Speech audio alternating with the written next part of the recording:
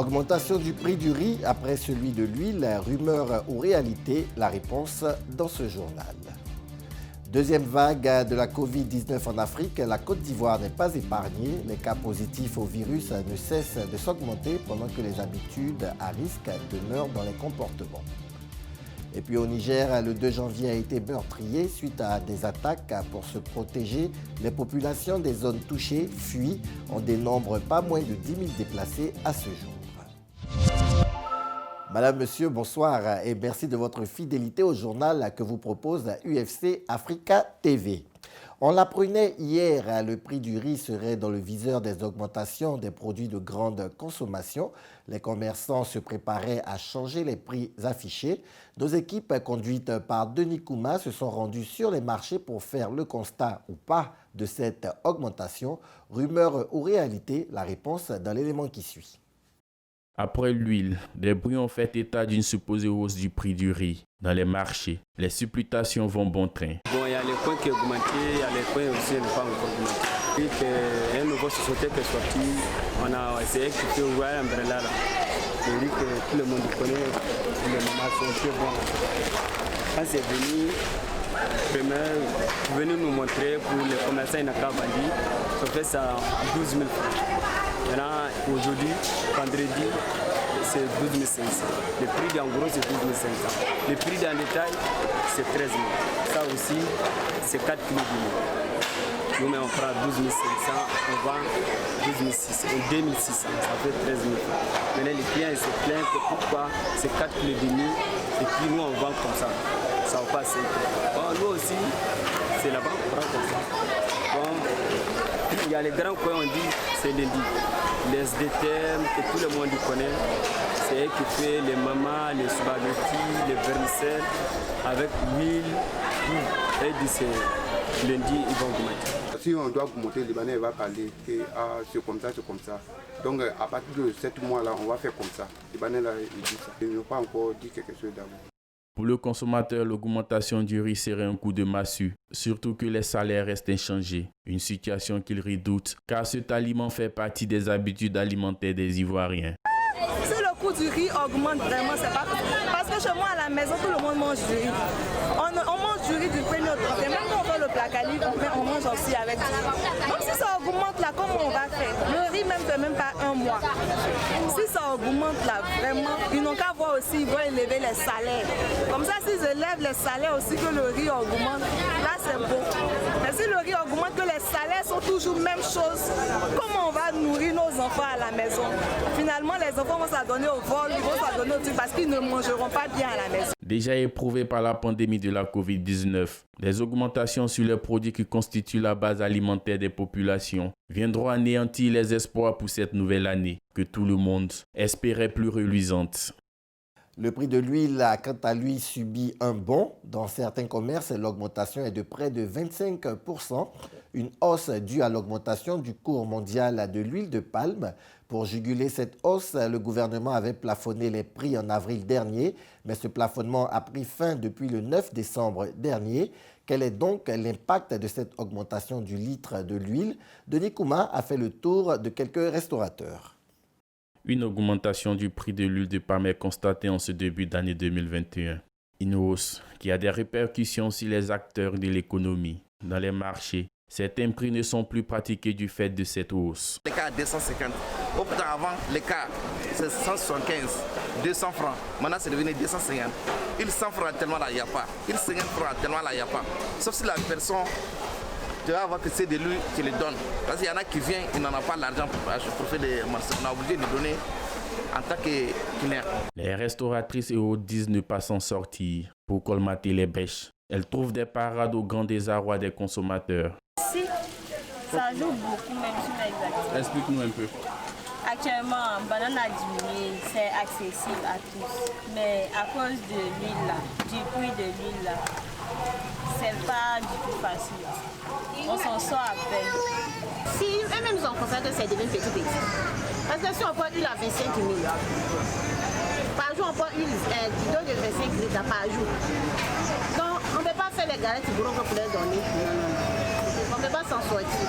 Les vendeuses appellent l'État au secours. Bon, moi, je voulais que l'État vienne nous aider dans l'aide parce qu'actuellement, là, ça ne va même pas. Ça va même pas. Les femmes qui vendent locaux, les gens qui vendent rue, chef, eux aussi, elles se plaignent qu'actuellement, le marché est dur.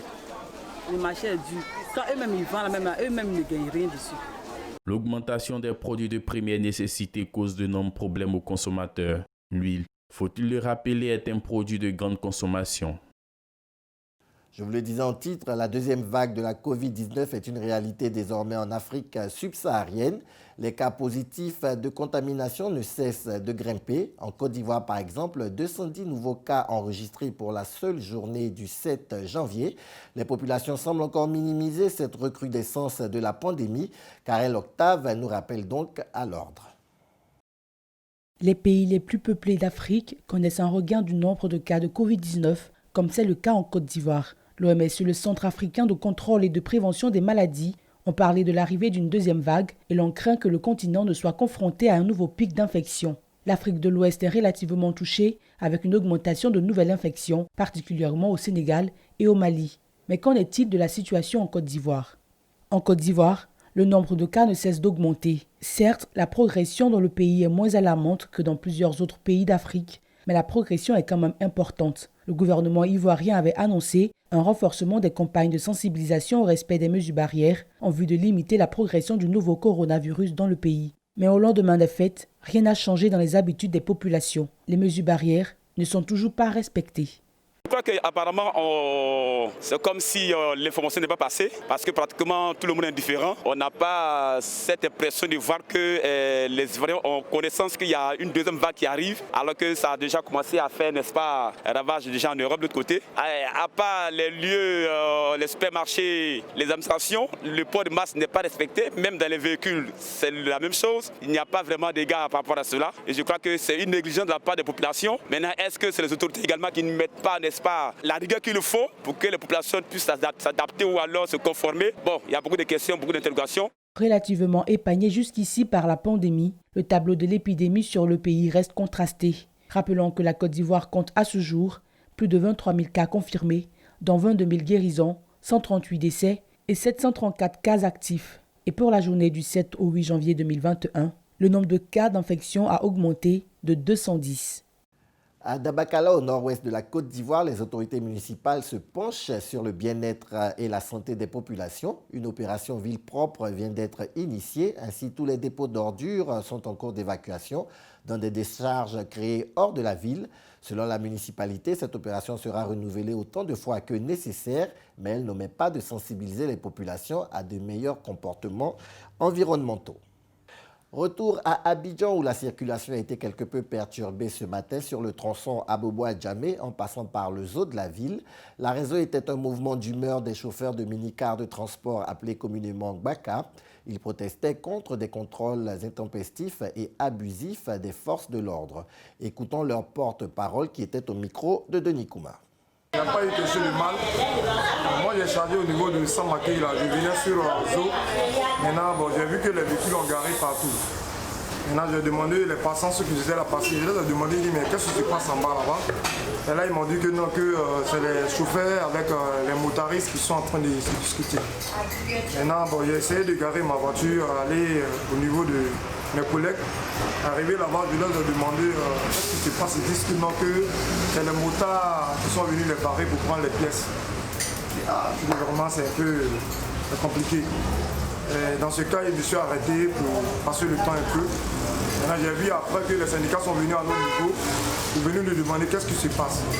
Et là, maintenant, je leur ai dit que non, c'est les enfants qui ont dit que les motaristes ont pris les pièces.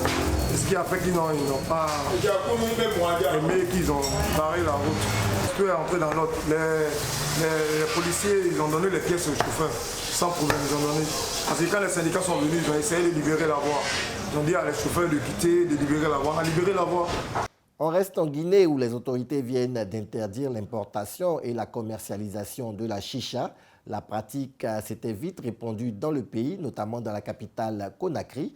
Il va donc sans dire que l'interdiction de la chicha fait des malheureux, comme nous le relève Henri Niamke.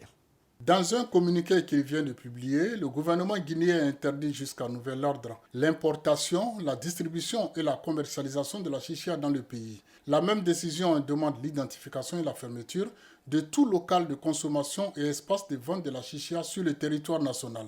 Mais cette décision du pouvoir central ne fait pas que des heureux en Guinée, notamment à Conakry où la vente et la consommation de la chicha sont très répandues. L'on trouve même des boutiques chicha, mais ces derniers temps, c'est la consommation domestique qui prend de l'ampleur. Beaucoup de jeunes en possèdent dans leurs chambres et les filles semblent exceller dans la consommation de la chicha. Pour un résident de la capitale, Diakité, ce sont les filles mêmes qui la consomment plus. Elles mélangent la chicha avec des stupéfiants. Après cela, elles n'ont plus honte, elles font ce qu'elles veulent. Il soutient que la chicha simple ne fait rien, mais c'est le mélange qui crée des problèmes à la santé. Je suis sûr que c'est pour cette raison que le gouvernement l'a interdit, conclut-il.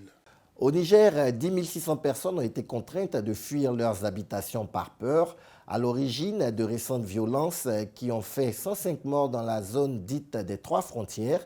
Les déplacés sont accueillis et secourus par des acteurs humanitaires. Il faut dire que la région qui se situe entre les frontières nigériennes, maliennes et burkinabé accueille déjà 60 000 réfugiés maliens, 4 000 burkinabés et 140 000 déplacés internes nigériens.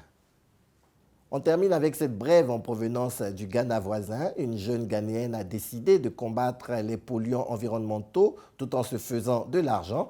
La reine du champignon, comme elle se fait appeler, produit des champignons comestibles à l'aide de sciure de bois et d'autres matériaux biologiques. Nous y reviendrons dans nos prochaines éditions.